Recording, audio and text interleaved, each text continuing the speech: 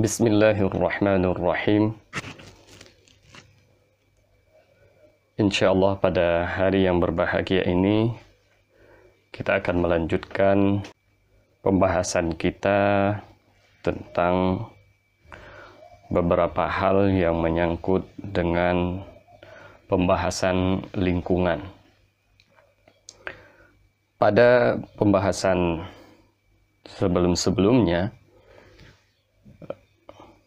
kita di sana telah membahas sedikit tentang pengertian daripada lingkungan. Di sana kita mengatakan bahwasanya lingkungan dalam arti yang paling spesifik bisa diartikan sebagai segala hal yang berada di sekitar kita.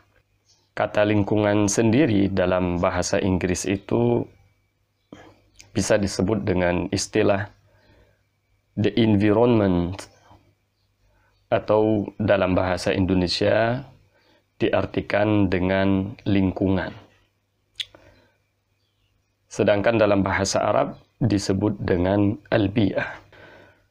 Pada pertemuan hari ini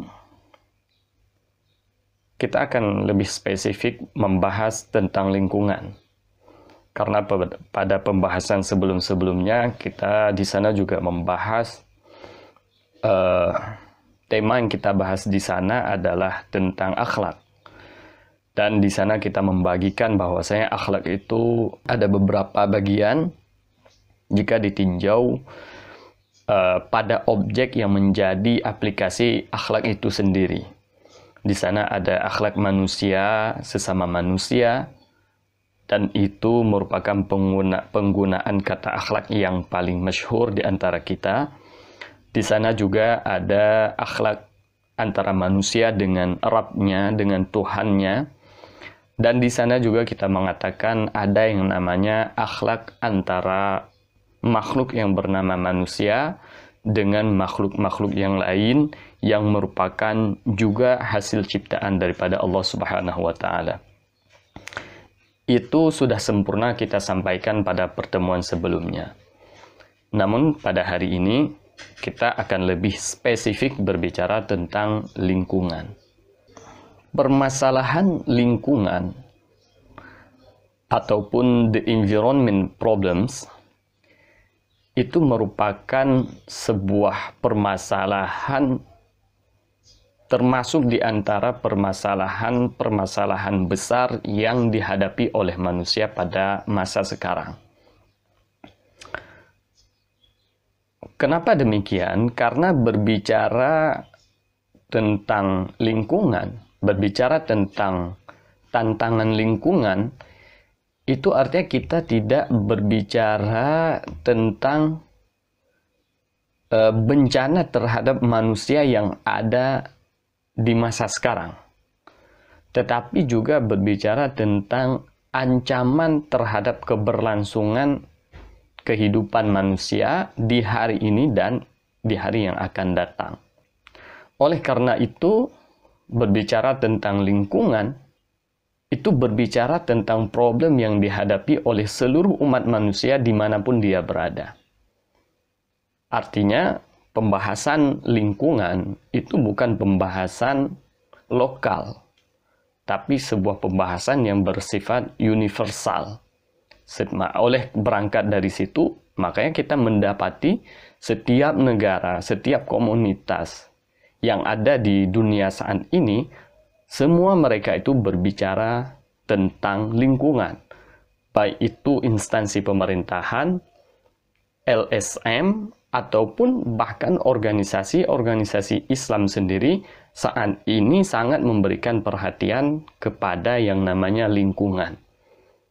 Karena sekali lagi seperti kita sampaikan tadi, pembahasan lingkungan itu sebuah pembahasan yang secara wilayah mencakupi seluruh dunia dan secara objek juga mencakupi seluruh lapisan manusia.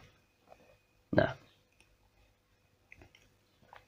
ini merupakan poin pertama yang akan kita jadikan sebagai batu pijakan ketika kita membahas tema lingkungan, yaitu bahwasanya pembahasan lingkungan ataupun ancaman lingkungan, tantangan lingkungan hidup merupakan tantangan yang paling besar yang dihadapi oleh manusia hari ini.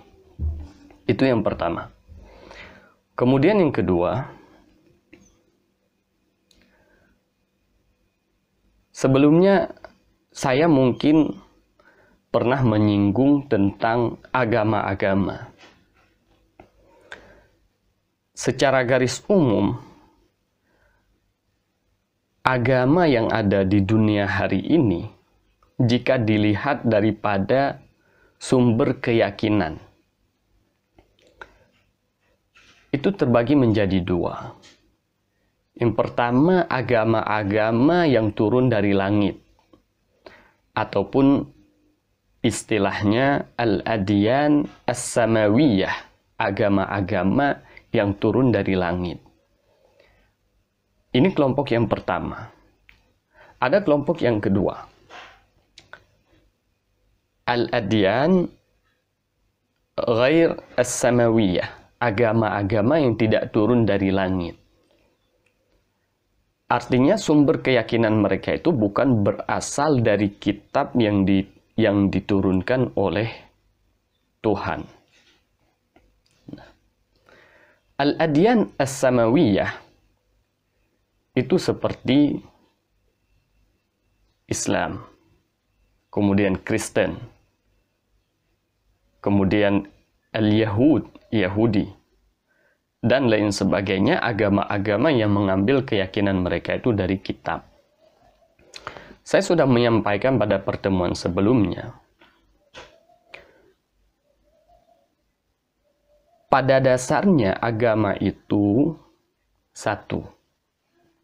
Maksudnya begini.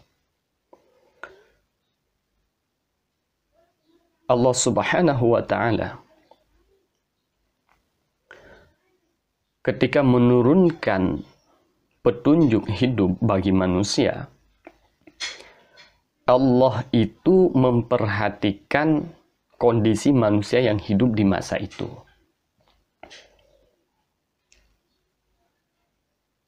Jika kita melihat sejarah, kita mengetahui bahwasanya kondisi manusia yang hidup pada masa ribuan tahun yang lalu itu tentu sangat berbeda dengan manusia yang hidup hari ini.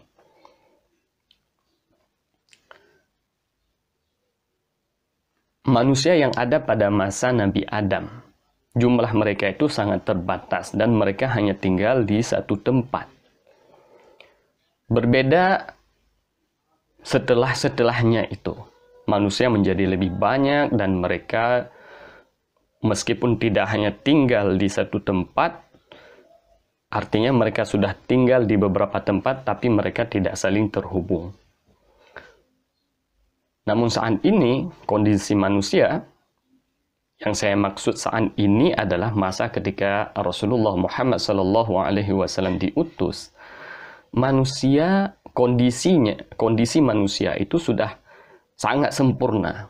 Artinya mereka itu sudah dari segi jumlah sudah sangat banyak dan mereka itu sudah saling terhubung.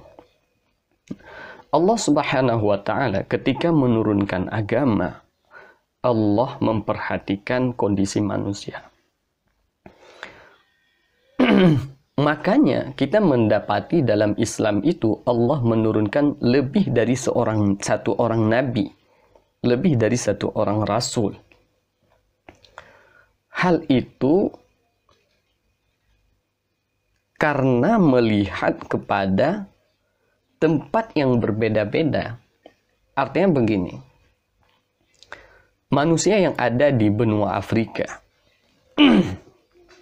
pada masa lampau, jika kita menurunkan hanya seorang nabi di sana, maka ajaran yang ada di situ itu bisa dipastikan tidak bisa sampai kepada manusia-manusia yang ada di benua Asia. Dan juga sebaliknya. Berangkat dari sini, makanya Allah Subhanahu wa Ta'ala menurunkan nabi lebih dari satu orang. kesimpulannya, Allah Subhanahu wa Ta'ala mengutus lebih daripada seorang nabi itu karena satu orang nabi dengan kondisi manusia ketika itu tidak cukup untuk menyampaikan risalah langit kepada manusia yang tempat mereka itu berbeda-beda daerah dan mereka tidak ada kemungkinan untuk bertemu. Itu yang pertama. Kemudian yang kedua, berbicara tentang hukum. Mungkin kita bertanya kenapa hukum yang ada pada masa Nabi Adam, kemudian pada masa Nabi Musa, Nabi Isa, kemudian pada masa Rasulullah Sallallahu Alaihi Wasallam itu berbeda-beda hukumnya. Misalkan tentang kewajiban untuk mendirikan salat, itu berbeda. Salat 5 waktu itu mungkin tidak ada pada masa nabi-nabi yang sebelumnya. Maksud tidak ada, bukan tidak ada sama sekali, akan tetapi jumlah salatnya itu 5. Dan waktu melaksanakannya itu subuh, asar, zuhur, kemudian maghrib, kemudian isya. Barangkali mereka ada salat, tetapi salatnya itu hanya 1 kali dalam 1 hari. Dan waktunya itu mungkin berbeda dengan waktu salat yang sekarang. Intinya, hukum-hukum dan ibadah-ibadah yang Allah perintahkan pada satu orang nabi dengan nabi yang lain itu tidak sama. Ya. Kemudian juga puasa misalnya. Kita ada yang namanya ibadah wajib puasa Ramadan selama 1 bulan.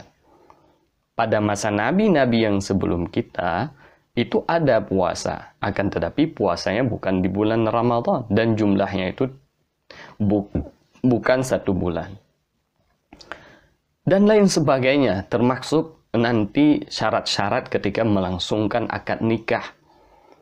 Syarat-syarat mungkin nanti ketika melangsungkan akad jual beli itu berbeda. Ya. Kenapa berbeda? Itu berbeda karena juga berbeda kondisi. Misalkan ketika Nabi Adam, itu barangkali syarat pernikahannya itu berbeda dengan syarat pernikahan yang ada dalam agama Rasulullah Muhammad Sallallahu Alaihi Wasallam, karena jumlah mereka itu masih sangat sedikit. Ya, juga misalnya dalam agama-agama sebelum Islam tidak ada misalnya hukum bagaimana mendirikan sebuah negara, bagaimana hukum dalam mengatur keluarga dengan hukum-hukum yang sangat komplit yang seperti ada hari ini. Tidak ada misalnya pembahasan tentang hukum kerjasama dalam sebuah usaha, seperti hukum koperasi, ada hukum simpan pinjam, ada hukum jaminan dan lain sebagainya. Kenapa? Karena kondisi mereka itu ketika itu belum membutuhkan hal itu. Jadi Allah Subhanahu wa Ta'ala tidak menurunkan sesuatu yang tidak dibutuhkan. Ya. Tapi berbeda ketika umat Nabi Muhammad Sallallahu Alaihi Wasallam yang kehidupan mereka itu sudah sangat komplit. Ya, jumlah kita sudah sangat bervariasi dan banyak, dan kita berada di tempat yang meskipun secara wilayahnya itu jauh, namun ibarat kita tinggal di satu ruangan hari ini. Saudara-saudara kita misalnya di Timur Tengah, itu mereka bisa terjadi akad nikah dengan saudara kita yang ada di Asia, misalkan. Ya kan? Bagaimana ya? Mereka tinggal naik pesawat terbang, mendarat di Bandara Soekarno-Hatta, kemudian bisa melangsungkan akad nikah. Artinya, dan hal ini tidak terbayangkan terjadi pada masa Nabi Adam misalnya. Ya, manusia yang ada di belahan sana kemudian menikah dengan manusia yang ada di belahan negara yang di sini. Jadi begitulah. Hukum-hukum yang Allah turunkan itu berbeda-beda karena berbeda situasi dan permintaan daripada permasalahan masyarakat yang ada di satu tempat. Kesimpulannya apa?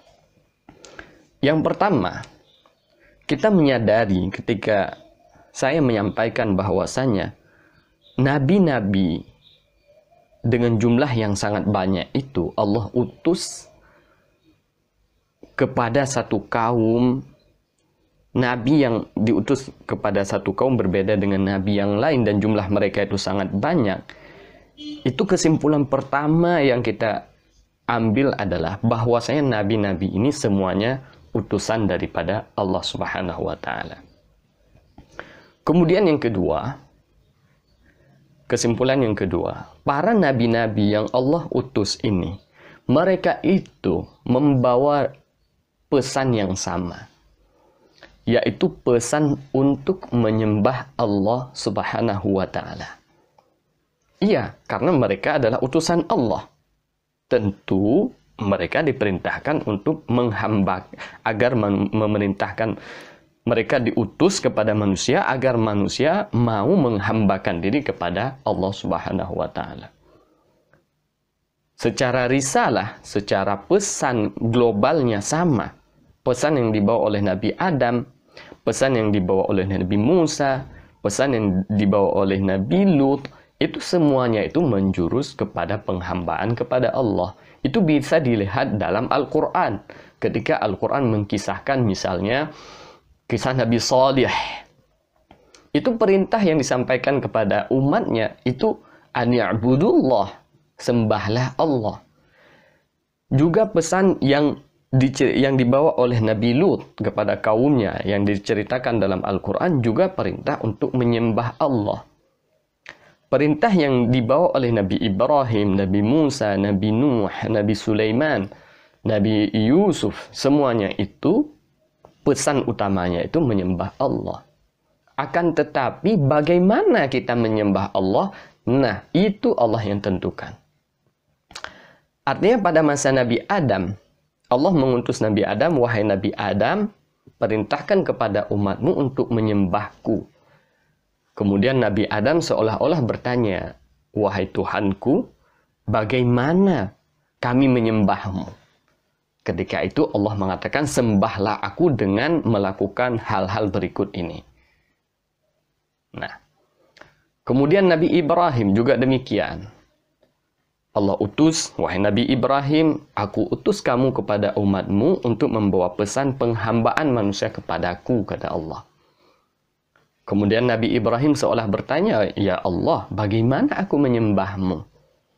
Allah mengatakan, lakukanlah hal-hal berikut ini. Nah, hal-hal berikut ini berbeda. Yang Allah sampaikan kepada Nabi Adam dan yang Allah sampaikan kepada Nabi Ibrahim. Bentuknya beda, akan tetapi tujuannya sama. Tujuannya untuk menghambakan diri kepada Allah Subhanahu wa ta'ala. Begitu juga ketika Allah Subhanahu wa ta'ala mengutus Rasul kita Muhammad sallallahu alaihi wasallam. Allah perintahkan kepada Nabi Muhammad, wahai Muhammad, sampaikanlah pesan penghambaan manusia kepadaku, maksudnya kepada Allah. Kemudian Nabi Muhammad mengatakan, kaifa na'buduka ya Allah? Bagaimana kami menghambakan diri kepadamu? Di situ Allah mengatakan, lakukanlah ini. Yang pertama, salat 5 waktu. Kemudian yang pertama dulu, ucapkan kalimah 2 syahadat, asyhadu an la ilaha illallah wa asyhadu anna Muhammadar Rasulullah. Kemudian dirikanlah salat, wa aqimus salah, dirikanlah salat dalam sehari semalam 5 waktu. Kemudian wa shaumu Ramadan, kemudian puasalah pada bulan Ramadan. Kemudian wa atuz zakah, berikanlah zakat dari hartamu. Kemudian yang terakhir wa hajjul bait, dan laksanakanlah haji ke Baitullah. Ini inti penghambaan, bentuk penghambaan yang Allah perintahkan kepada umat Nabi Muhammad sallallahu alaihi wasallam. Jadi kesimpulannya, semua nabi itu membawa pesan yang sama, yaitu membawa pesan penghambaan kepada Allah Subhanahu wa ta'ala. Namun demikian, hukumnya itu tidak harus sama. Ibaratkan dalam satu rumah, orang tua memerintahkan anak-anaknya untuk taat kepada orang tua. Tapi bentuk ketaatannya itu berbeda-beda. Anak yang perempuan taatnya itu dengan membantu ibu di rumah. Membersihkan piring, menyapu halaman, itu anak perempuan. Anak laki-laki, taatnya itu bukan seperti itu. Akan tetapi dengan membantu orang tua lelakinya itu pergi ke sawah, kemudian membantunya di kebun. Bentuknya berbeda. Bentuk penghormatan kepada orang tua itu berbeda-beda. Bahkan nanti ada anaknya yang mungkin yang paling besar, itu bentuk penghormatannya kepada orang tua dengan belajar. Katakanlah dia sudah masa untuk belajar, di mana dia sudah berada di satu universitas. Bentuk penghormatannya itu bukan lagi dengan bekerja, menyapu taman, bukan. Akan tetapi dengan dia belajar, itu artinya dia sudah menghormati orang tuanya. Nah, jadi kita pahami di sini, perintahnya sama, artinya menaati dan menghormati orang tua. Akan tetapi bentuknya berbeda-beda, tidak masalah. Maka di sini kita mengetahui kesalahan. Yang pertama, kesalahan akidah orang-orang yang Kristen, orang Yahudi, dan kesalahan agama-agama yang sumbernya itu berasal daripada kitab dari langit. Kenapa agama mereka itu tidak lagi menyembah Allah? Padahal nabi-nabi tersebut diutus oleh Allah. Itu menjadi pertanyaan. Kenapa yang disembah sekarang itu bukan lagi Allah, akan tetapi Nabi Isa? Itu tentu bentuk penyelewengan yang sangat nyata. Kemudian kita bisa menjawab dari pemaparan yang saya sampaikan barusan, menjawab sebuah kritikan yang mengatakan, bagaimana Anda mengatakan bahwasanya semua nabi itu diutus oleh Allah Subhanahu wa taala tapi hukumnya berbeda-beda. Nah, itu jawabannya seperti saya sampaikan tadi. Risalahnya itu sama, tetapi bentuk hukumnya itu tidak perlu sama. Ini sebenarnya pembahasan ini tidak ada hubungannya dengan lingkungan. Akan tetapi ini erat hubungannya dengan beberapa soal yang saya kirim kepada rekan-rekan pada pertemuan sebelumnya tentang apakah semua agama itu benar atau tidak. Jawabannya, bukan, pertanyaannya apakah semua agama itu sama ataupun tidak. Sebelum menjawab pertanyaan itu, kita harus lebih detail menanyakan kepada si penanya, apa yang Anda maksud dengan kata-kata sama? Apakah maksudnya itu semuanya itu nanti akan berujung kepada surga, semuanya itu benar, semuanya akan masuk surga? Itu tidak mungkin, mustahil itu. Karena ketika Anda beragama Islam, mau tidak mau Anda harus meyakini bahwasanya agama Kristen itu salah. Karena Islam mengatakan Tuhan tidak boleh lebih dari satu. Sedangkan agama Kristen mereka mengatakan ada tiga. Ada Tuhan Anak, kemudian ada Tuhan Bapa, ada Tuhan Ibu. Itu bertentangan. Nah, jika Anda maksud adalah semuanya itu nanti akan masuk surga, semuanya benar. Benar dari segi ketika Islam mengatakan Tuhan satu, Kristen mengatakan Tuhan dua, sama saja itu. Tidak. Ya, itu bertentangan dengan hukum akal. Maka jawabannya, apakah jika seperti itu yang dimaksud, maka kita mengatakan semua agama itu tidak sama, berbeda. Yang benar itu satu, yaitu agama Islam. Tetapi kalau yang dimaksud seperti ini, sama dalam beberapa hal.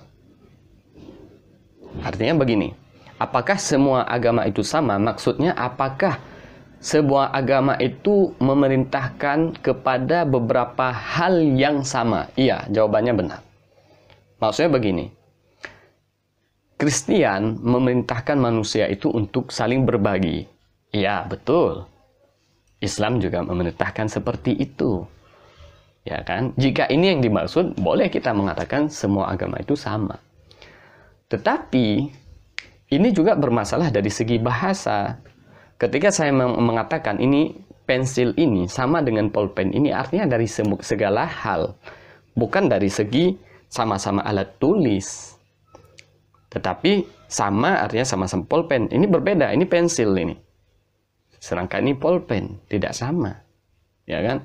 Maka sebenarnya jargon dalam bentuk pertanyaan yang mengatakan, yang sering disebut-sebut semua agama itu sama, semua agama itu sama, itu sebenarnya adalah jaring laba-laba yang dipakai untuk menjebak umat Islam. Ya, karena mereka yang di luar Islam, mereka itu tidak keberatan untuk mengatakan, ya Kristen itu sama dengan Islam. Kenapa? Karena mereka tahu bahwasanya agama Kristen itu bukan agama yang benar. Tapi mereka menuliskan di identitas mereka itu Kristen, itu sebagai pelengkap, bukan sebagai keyakinan. Tetapi berbeda dengan kita umat Islam, yang kita yakin dan keyakinan kita itu berdasarkan dalil, bahwasanya yang benar itu Islam. Kita tidak boleh membenarkan agama yang lain. Nah, seperti itu. Nah, jadi kita kembali lagi bahwasanya agama itu ada yang agama yang turun dari langit. Nah, agama-agama yang turun dari langit secara keseluruhannya itu ada perintah-perintah yang menghubungkan manusia dengan alam. Itu di mana saja, silahkan. Di agama Kristen, kemudian di agama Yahudi, itu ada pembahasan. Ada perintah-perintah yang memerintahkan manusia untuk memberikan perhatiannya kepada lingkungan. Ya, itu ada. Nah, terlebih Islam. Seperti saya sampaikan sebelumnya tentang konsep jahiliyah, saya mengatakan bahwasanya jahiliyah itu adalah kebodohan dalam berpikir yang ada pada umat ketika Islam akan diturunkan oleh Allah Subhanahu wa taala. Karena kebodohan mereka itu disebut dengan jahiliyah. Kebodohan yang lebih tepatnya kita katakan salah kaprah. Jadi mereka itu banyak nilai-nilai yang ada di kalangan masyarakat jahiliyah itu tidak tepat. Kenapa tidak tepat? Karena sumbernya itu akal mereka. Sedangkan akal itu tidak sanggup untuk menelan segala hakikat. Makanya kita butuh kepada yang namanya wahyu daripada Allah Subhanahu wa taala. Ketika Nabi Muhammad SAW diutus ke Jazirah Arab, di kota Mekah tepatnya, itu Rasulullah mengubah pemikiran mereka. Dari awalnya mereka melihat kepada alam sekitarnya itu seolah-olah melihat sesuatu unsur yang gharib, unsur asing. Ketika melihat langit, melihat bumi, melihat air, itu melihatnya itu seperti melihat unsur yang asing. Artinya tidak ada sebuah ikatan yang mengikat mereka. Tetapi ketika Islam datang, Allah mengikat itu. Ada hubungan loh antara manusia itu dengan alam. Hubungan yang paling utama itu adalah Allah Subhanahu wa taala menjadikan alam yang ada di sekitar kita itu sebagai dalil atas adanya Allah Subhanahu wa taala. Bagaimana itu? Ketika Anda masuk ke satu ruangan, kemudian Anda mendapati ada sebiji paku yang tertempel di dinding, yang terpaku di dinding. Langsung pertanyaan yang pertama, siapa yang melakukan ini? Kemudian, ketika Anda keluar rumah, kemudian Anda mendapati di depan rumah Anda ada satu plastik sampah. Ya, sudah berada di situ. Pertanyaan yang pertama, Anda langsung menanyakan, siapa yang menaruh sampah ini? Ya.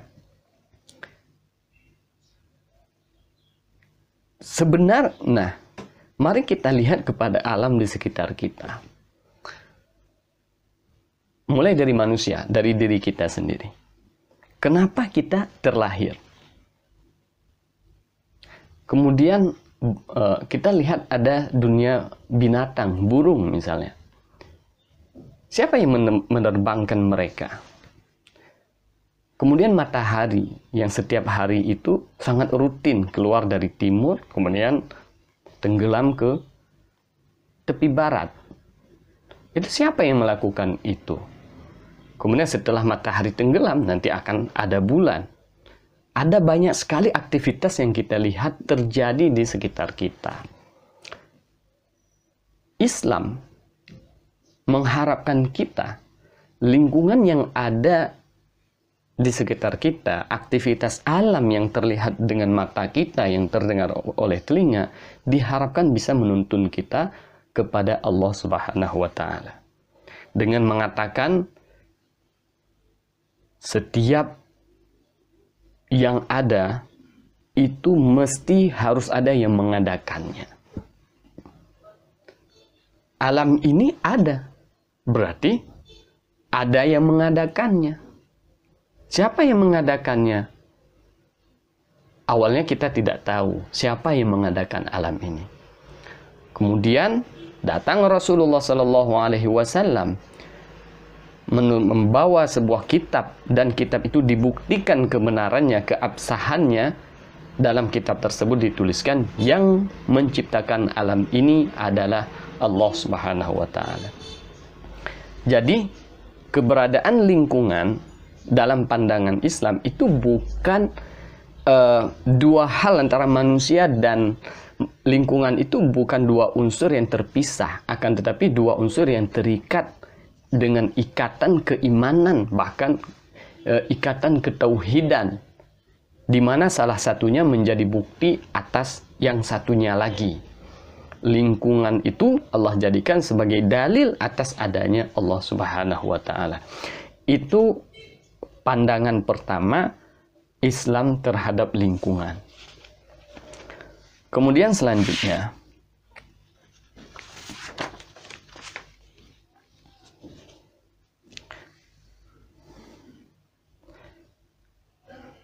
Islam mengatakan kepada kita bahwasanya lingkungan yang ada di sekitar kita semuanya itu adalah makhluk Allah Subhanahu wa Ta'ala.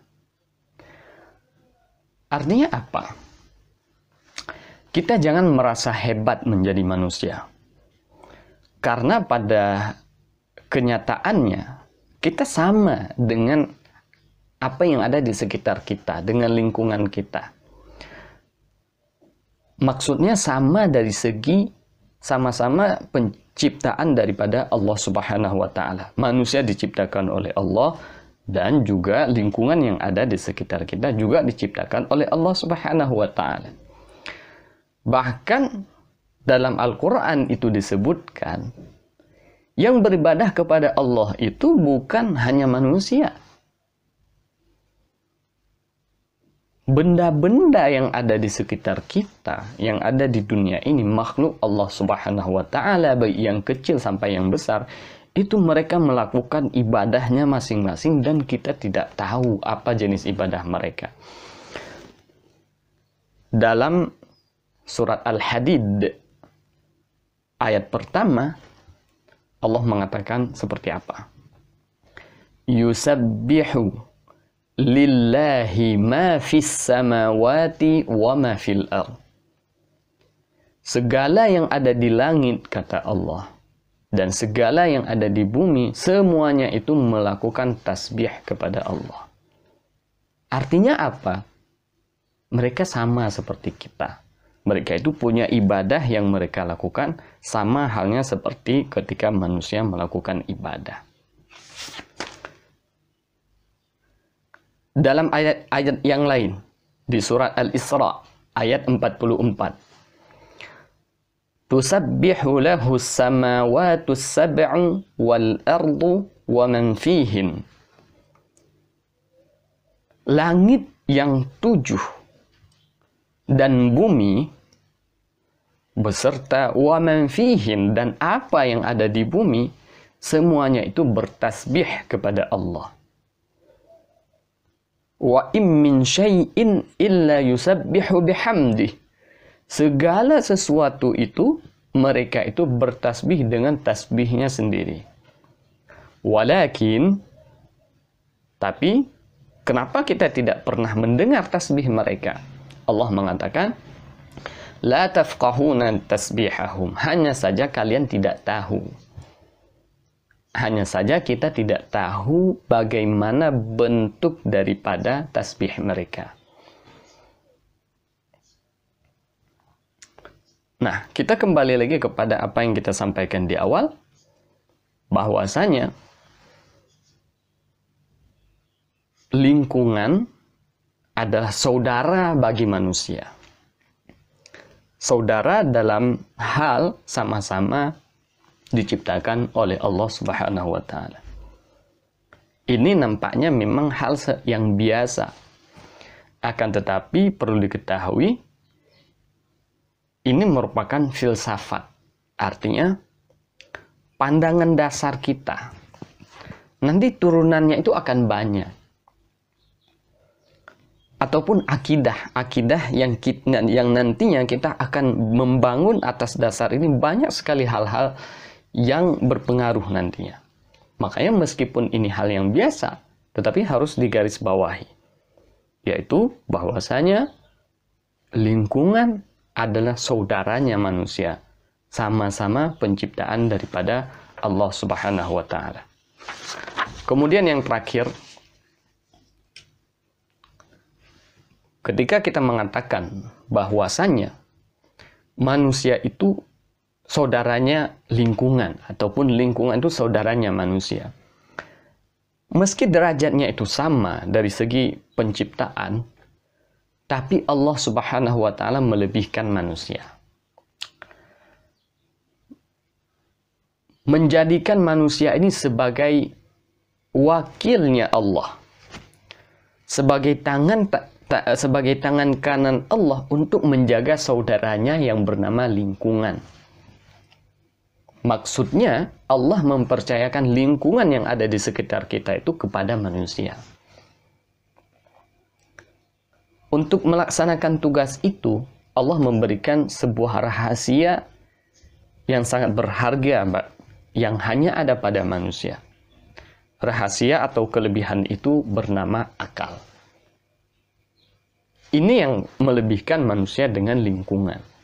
Kenapa Allah memberikan akal kepada manusia? Agar manusia bisa melaksanakan tugasnya sebagai wakil Allah di atas permukaan bumi. Dalam surah Al-Baqarah, Allah mengatakan, wa in qala rabbuka lil malaikati inni ja'ilun fil ardi khalifah. Dan ingatlah ketika Allah mengatakan kepada para malaikat, wahai para malaikat, aku akan menciptakan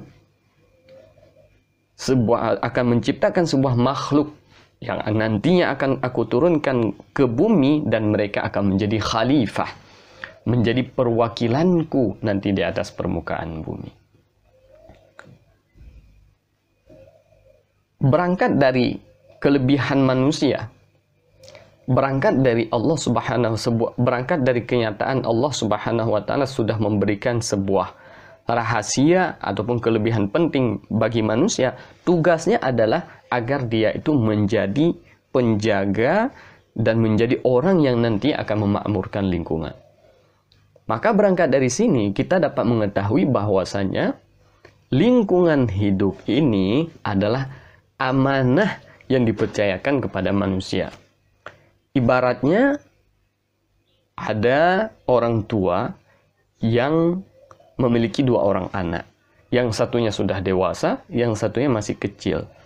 Ketika orang tua ini melakukan perjalanan ke luar kota, dia akan menitipkan uang kepada kedua orang anaknya yang kebetulan tidak dibawa ke luar kota. Ketika menitipkan, kepada siapa orang tua ini mempercayakan uang tersebut? tentu dipercayakan kepada yang sudah dewasa. Karena dia sudah mampu untuk menentukan, mengambil kebijakan mana yang bermanfaat dan yang tidak bermanfaat. Tujuannya diberikan uang tersebut dengan jumlah tertentu, itu bukan untuk semuanya dikonsumsi oleh yang dewasa ini. Bukan semua untuk dikonsumsi dan dimanfaatkan untuk keperluan dia. Akan tetapi dengan tujuan untuk juga diberikan sebagiannya, dipergunakan juga untuk kebutuhan si anak kecil ini. Nah, berangkat dari sini kita ambil kesimpulan bahwasanya anak ini adalah amanah, tanggung jawab yang diberikan oleh orang tua kepada kakaknya yang sudah lebih dewasa. Begitu juga keberadaan kita di dunia ini. Kita dan lingkungan itu saling bersaudara. Sama-sama ciptaan Allah Subhanahu wa taala. Akan tetapi karena Allah sudah memberikan kepada kita akal, kita diperintahkan oleh Allah Subhanahu wa taala untuk menjaga lingkungan ini. Nah, ini merupakan poin ketiga yang sangat penting. Selain di awal tadi kita mengatakan bahwasanya makhluk Allah Subhanahu, ada 3 poin utama yang kita sampaikan dari awal tadi. Yang pertama, kita mengatakan bahwasanya lingkungan merupakan sebuah permasalahan paling besar yang dihadapi oleh manusia. Semua umat manusia, ya. Tantangan lingkungan adalah tantangan paling besar yang dihadapi oleh seluruh manusia yang ada di permukaan bumi. Kenapa? Alasannya sudah kita sampaikan di awal. Kemudian yang kedua, kita mengatakan bahwasanya makhluk Allah Subhanahu wa taala itu terbagi 2, manusia dan lingkungan. Dan antara manusia dan lingkungan itu ada hubungan, ada tali yang mengikat keduanya. Tali tersebut adalah tali penciptaan. Artinya sama-sama diciptakan oleh Allah Subhanahu wa taala. Kemudian poin yang ketiga, berangkat dari kita adalah bersaudara dengan lingkungan, kita diperintahkan oleh Allah Subhanahu wa taala untuk menjaga lingkungan. Jadi, inilah 3 poin utama sekali. Ini menjadi pendahuluan yang akan kita pakai. Bukan hanya kita dan siapa saja yang ingin membahas tentang hubungan Islam dengan lingkungan, terlebih dahulu dia itu harus memahami 3 poin utama ini. Kita harus mengetahui bahwasanya permasalahan lingkungan adalah permasalahan umat manusia semuanya, dimanapun dia berada. Kemudian kita harus mengetahui bahwasanya manusia itu memiliki hubungan erat dengan lingkungannya, yaitu hubungan penciptaan. Dan yang terakhir, karena kita memiliki hubungan penciptaan, kita diamanahkan oleh Allah Subhanahu wa taala lingkungan untuk kita jaga, untuk kita lestarikan. Demikian untuk pembahasan hari ini. Pada pembahasan selanjutnya atau pada pertemuan selanjutnya nanti kita akan berbicara tentang ilmu-ilmu lingkungan hidup. Ilmu-ilmu lingkungan hidup yang ada di dalam Al-Quran. Bagaimana misalnya Al-Quran berbicara tentang gunung, berbicara tentang awan, berbicara tentang air, berbicara tentang binatang ternak. Ketika Al-Quran berbicara tentang hujan, berbicara tentang angin, berbicara tentang petir, berbicara tentang tanah, berbicara tentang tumbuh-tumbuhan, berbicara tentang binatang-binatang kecil yang mungkin tidak dilihat oleh mata kita. Semuanya itu ada pembahasannya dalam Al-Quran, dan lagi-lagi menunjukkan bahwasanya Islam itu sangat-sangat memperhatikan lingkungan dan sangat konsen dalam membahas konsep-konsep perlindungan lingkungan hidup. Demikian, Assalamualaikum warahmatullahi wabarakatuh.